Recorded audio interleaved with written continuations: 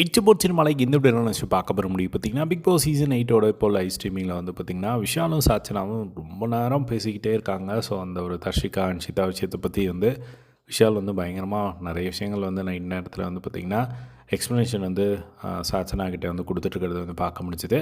So இப்போ அதெல்லாம் பேசிகிட்டு இருக்கும்போது வந்து பார்த்திங்கன்னா விஷால் வந்து வெளியே வந்து கேமரா கிட்டே ஒரு விஷயம் சொன்னார். அதே மாதிரி உள்ள சாச்சனா வந்து பார்த்திங்கன்னா அவங்க ஒரு விஷயம் வந்து பண்ணாங்க. எதுக்காக அப்படின்னே தெரியல. பட் சாச்சனா வந்து பார்த்திங்கன்னா இப்போ கம்ப்ளீட்டாக வந்து அவங்க என்ன நினச்சிட்ருக்காங்க அப்படின்னா, இப்போது பிக் பாஸ் வந்து இப்போ இவங்கள வந்து ஒரு காம்படிட்டராக உள்ளே அனுப்பிச்சிருக்காங்க அப்படின்னு சொல்லி உண்மையிலேயே அவங்க நம்பிட்டுருக்காங்க அப்படிங்கிறது தான். பட் இப்போ அந்த 2 பேர் ரீப்ளேஸ் பண்ணுவாங்க அப்படிங்கிற மாதிரி சொல்லியிருந்தாங்கள்ல, அது உண்மையாக இருக்குமா அப்படிங்கிறதே டவுட்டு தான்.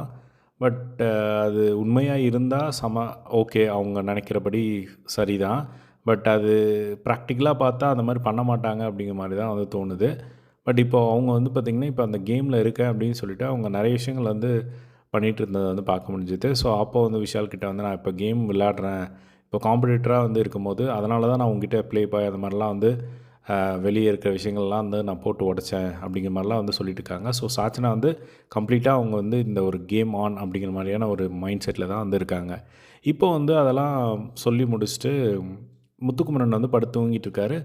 முத்துக்குமரன் பக்கத்திலே போய் அங்கே நின்றுட்டு முத்துக்குமரனையே ரொம்ப நேரம் பார்த்துக்கிட்டே இருக்காங்க. அது என்ன கதை அப்படின்னே வந்து தெரியல.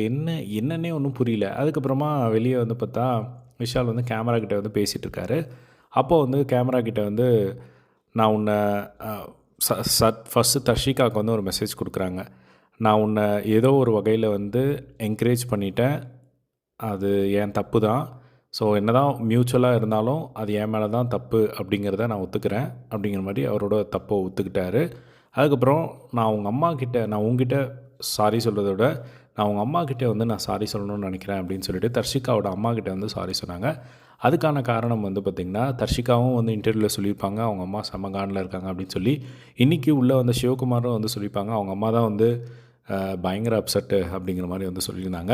ஸோ அதனால் வந்து பார்த்திங்கன்னா தர்ஷிகாவோட அம்மாக்கிட்ட வந்து விஷால் வந்து சாரி கேட்டது வந்து பார்க்க முடிஞ்சுது. அதுக்கப்புறமா அன்ஷிதாவுக்கு ஒரு மெசேஜ் கொடுக்குறாரு. ஸோ அன்ஷிதா, நீ தான் வந்து எனக்கு வந்து எங்கள் அப்பா அம்மா கூட வந்து ஒரு க்ளோஸ் கனெக்ட் ஆக ஒரு காரணமாக இருந்த. ஸோ நீ வந்து அந்த மாதிரி எனக்கு கொடுத்ததுக்கு ஒரு நன்றி அண்ட் சாரியும் நான் சொல்லிக்கிறேன் அப்படிங்கிற மாதிரி 2 பேருக்குமே வந்து இந்த ஒரு மெசேஜ் வந்து பாஸ் பண்ணதை வந்து பார்க்க முடிஞ்சுது. ஸோ அவர் பேசிகிட்டு இருக்கும்போதே வந்து பார்த்திங்கன்னா டக்குன்னு வந்து பின்னாடி வந்து சாச்சனா வந்துட்டாங்க. அதுக்கப்புறம் திரும்பவும் சாச்சனா கூட நிறைய விஷயங்கள் வந்து பேச ஆரம்பிச்சிட்டாங்க. ஸோ இதுதான் வந்து போயிட்டுருக்கு. ஸோ இதை பற்றி உங்களோட ஒப்பீனியன் கமெண்ட் பாக்ஸில் ஷேர் பண்ணுங்கள். இதே மாதிரி எல்லாம் பிக் பாஸ் அப்டேட் தெரிஞ்சுக்க நம்மளோட சேனலை சப்ஸ்கிரைப் பண்ணி சப்போர்ட் பண்ணுங்கள். தேங்க்ஸ் ஃபார் வாட்சிங். பை.